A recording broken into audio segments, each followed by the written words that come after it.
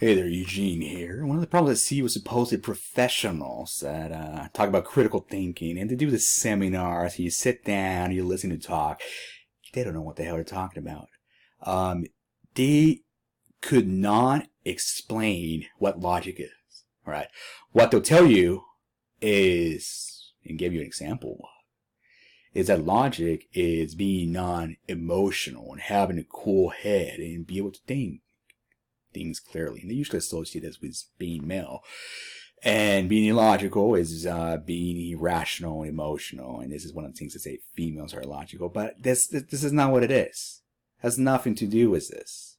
And you can be emotional and be male and be non-emotional and be a female. And this has nothing to do with this gendered or emotional stuff. Right? Logic is simply premise and conclusion, right? You got to structure your arguments with premise and conclusion. You can, if you structure this correctly, and you're passionate, either angry or crying, but you have a coherent premise and conclusion, doesn't matter how emotional you are. That is being logical. Or you could be cold-hearted, cold as ice, right? Smooth. But if your premise and conclusion, if they exist, maybe you're not even doing that.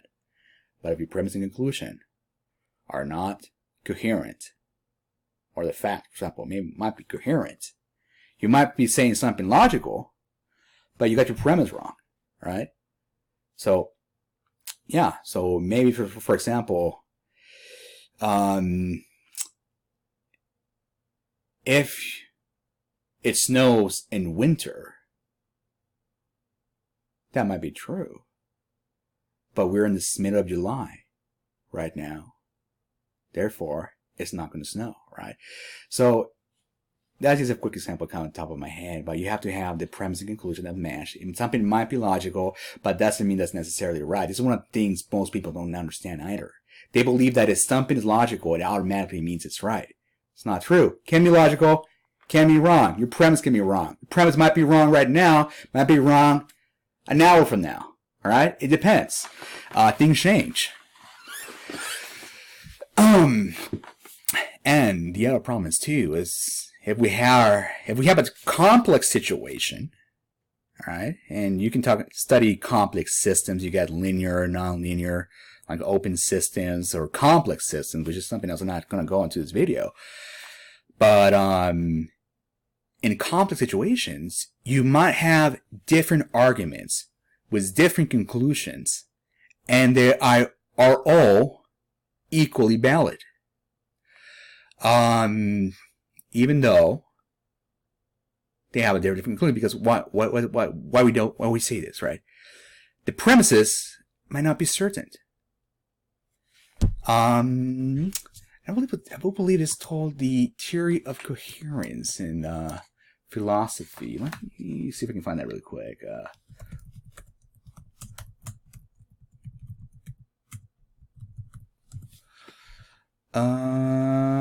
Yeah, it's right here. Coherence theory of truth. This is exactly what I'm talking about right here. Let's see. In epistemology, coherence theory of truth regards truth as coherence within some specific sets of sentences, propositions, belief, the model. All right. So pretty much what this is saying is that instead of arguing if the argument is true or not, which we cannot know for certain, the best thing you can do is argue if the argument is coherent, right? So that's the best thing you can do. All right, is the argument coherent or not? The premise and conclusion, does it match? Is it logical? And even if you have different opinions, or different conclusions, to be specific, you can't say one is more valid than the other in a lot of cases. You say, yeah, they're both coherent. We don't know for sure. So logic becomes a little more convoluted than that. So, yes, going over that real quick. Most people don't realize that there are three main types of logic, right? They believe it's not being emotional, which has nothing to do with it. They don't even believe. They don't know how many types of logic it is. Like, even ask people, like these supposed business professionals, right? These graduates from top universities and so on. They don't know what the hell they're talking about. Ask them, how many types of logic are they? after they couldn't define the logic. They can't do it. So, first type of logic, deductive logic.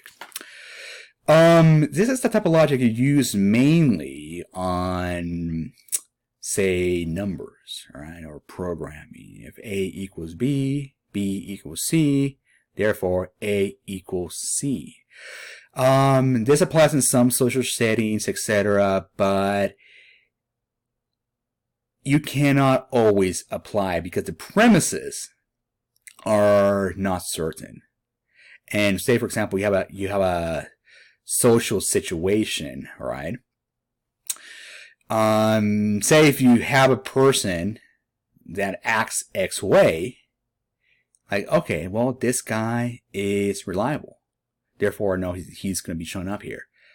That's not deductive. It's not for certain, right? So, but 2 plus 2 equals 4, that would be deductive logic. And there's other examples. You can study this more in detail. But pretty much what you have deductive logic too, if to give you a business setting, but this is probably what a real world example would be, a business setting, right? So say, for example, you have a factory and a conveyor belt, right?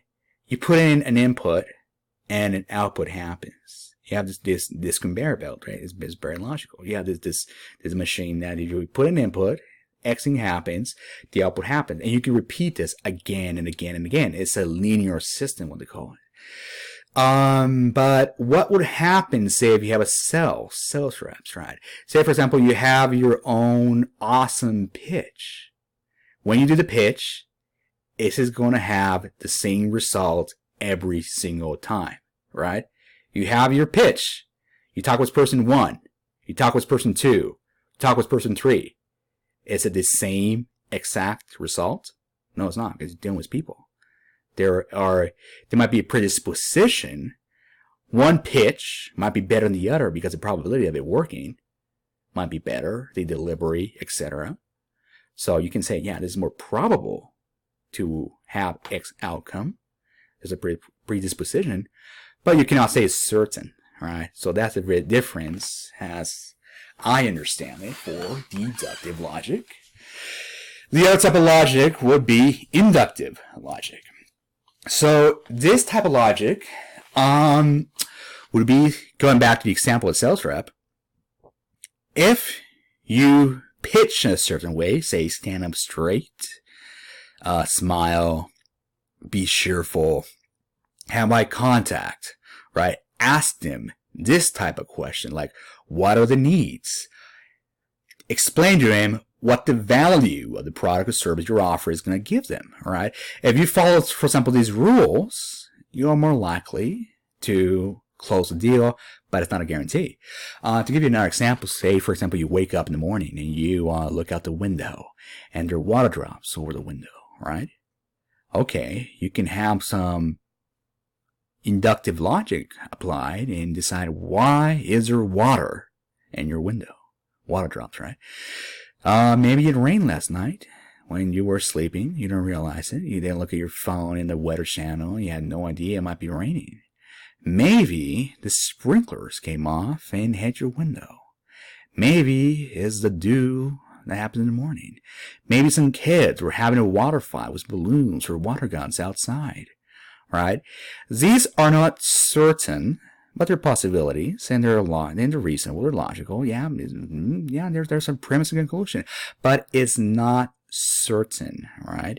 And yeah, like I said, if you have open systems and you deal with people, a lot of the logic you do is going to be inductive. Well, I believe if I say this, it might cause that effect. May or may not happen, right?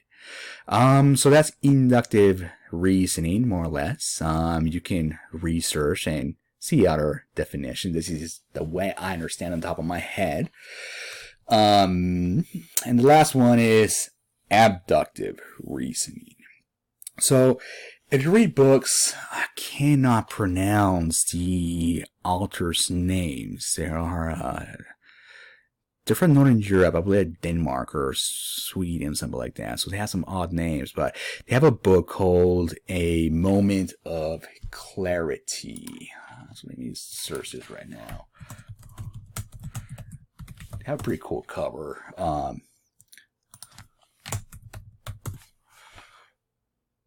This one right here. So we click on that. A moment of clarity. This book talks a lot about the application of abductive logic into the business setting. So this is actually one of the books I highly recommend, and I should probably be rereading. So it applies anthropology, sociology, and abductive logic, sense making. So it kind of talks to you what it is. So basically what abductive logic is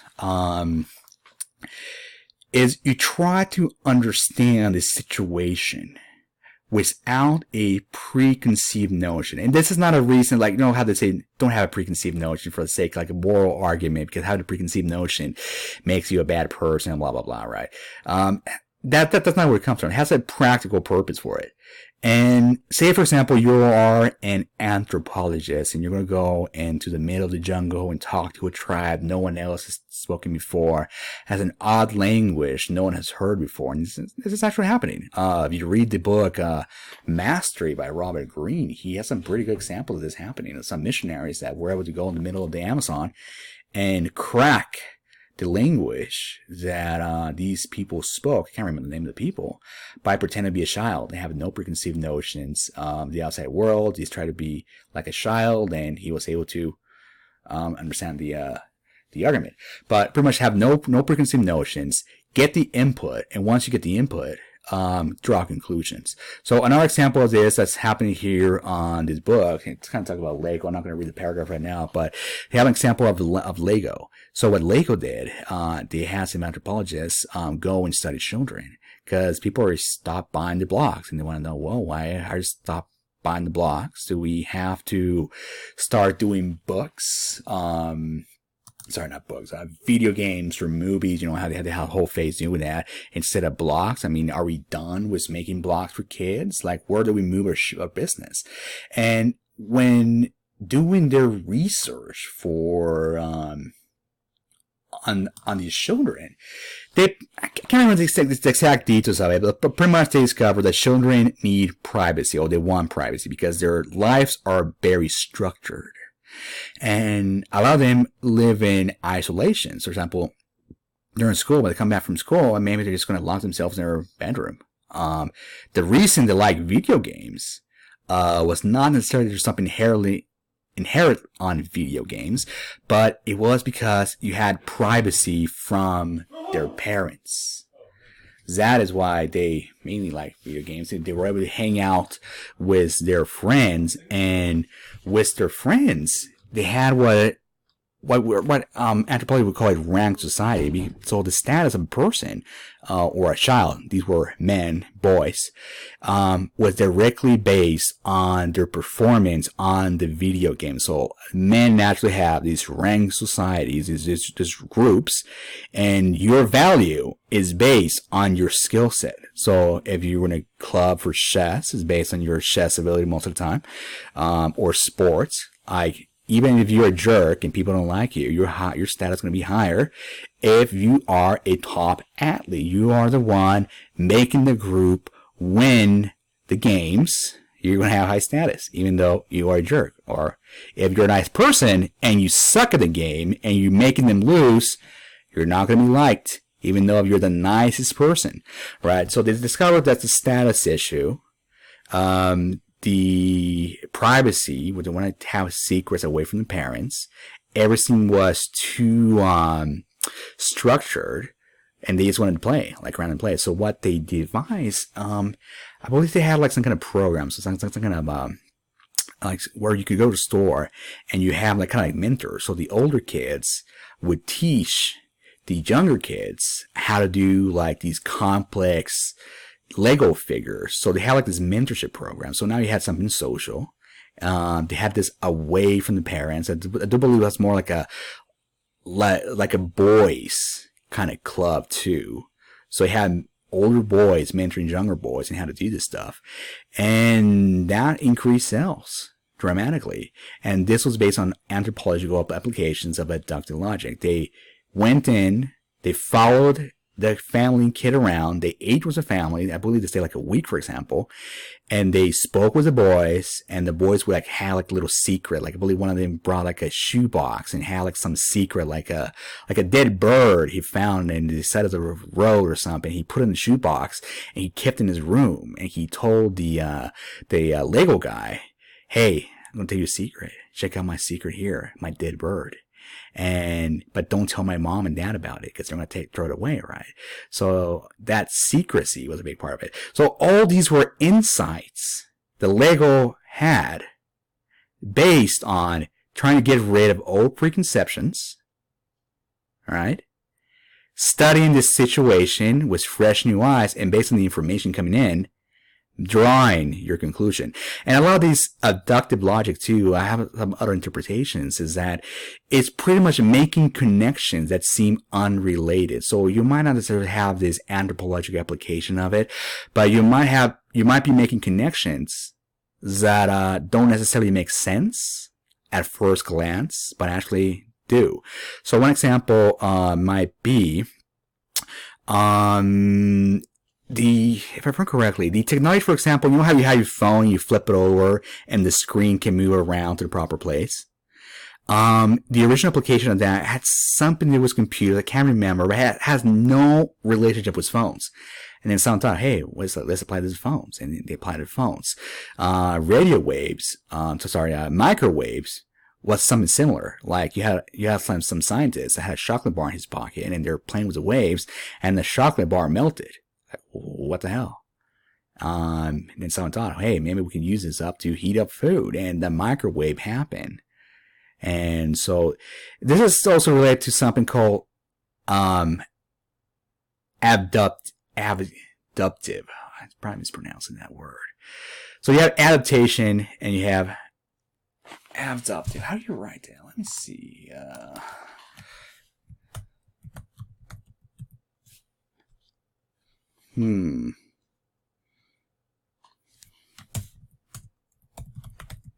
Why am I spelling it?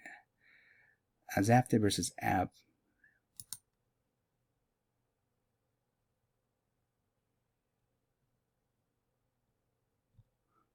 What am I getting wrong here? I will...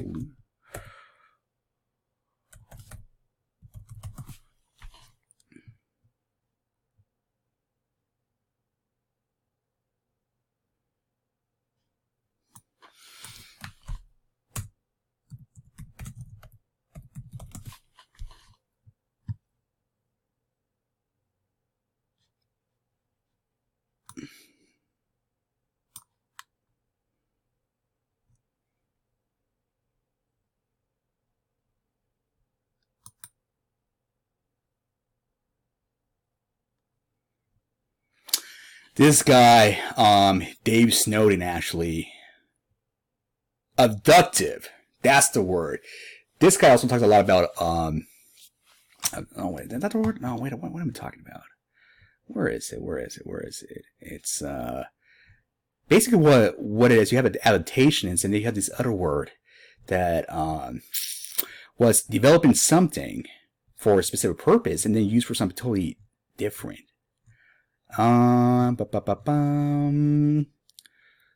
shift, pervasive, praxis. Right, where are you? You theory for practice.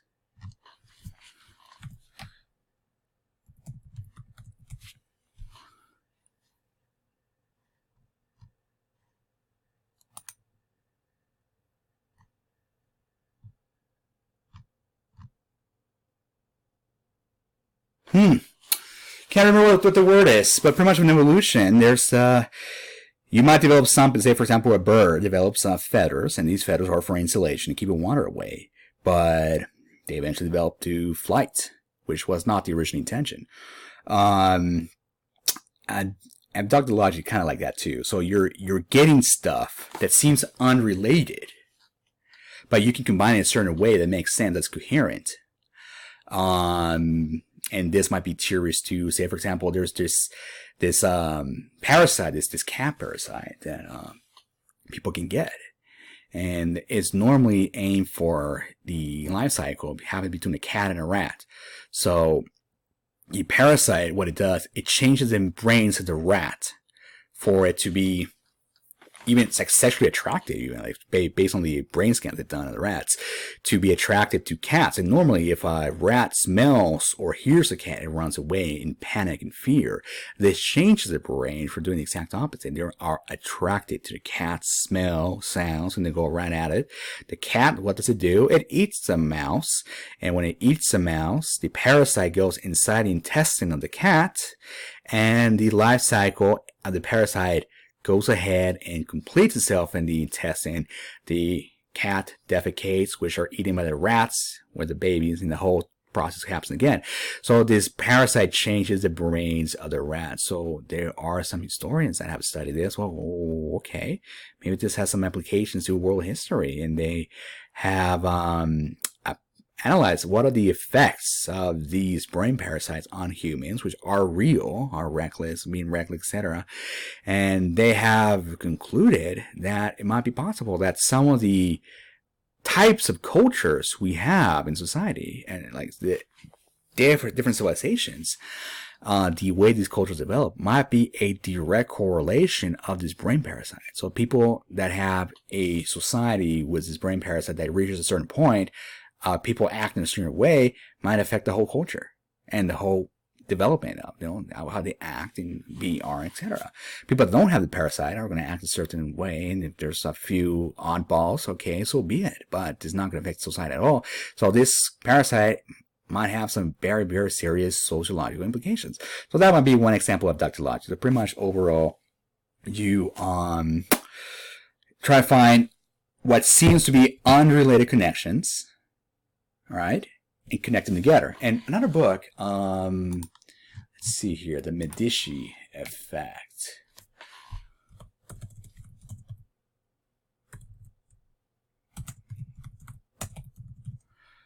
Talks about this specifically, which I also recommend you go ahead and buy.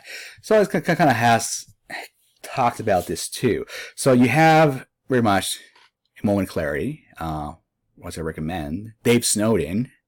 I'm going to go watch his YouTube videos and read his blog. He definitely got me into this several years ago. And this Medici Effect book is another good read.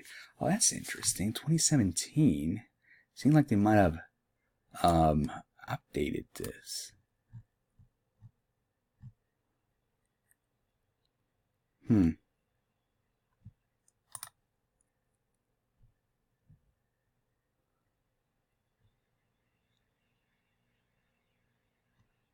We might have that book already.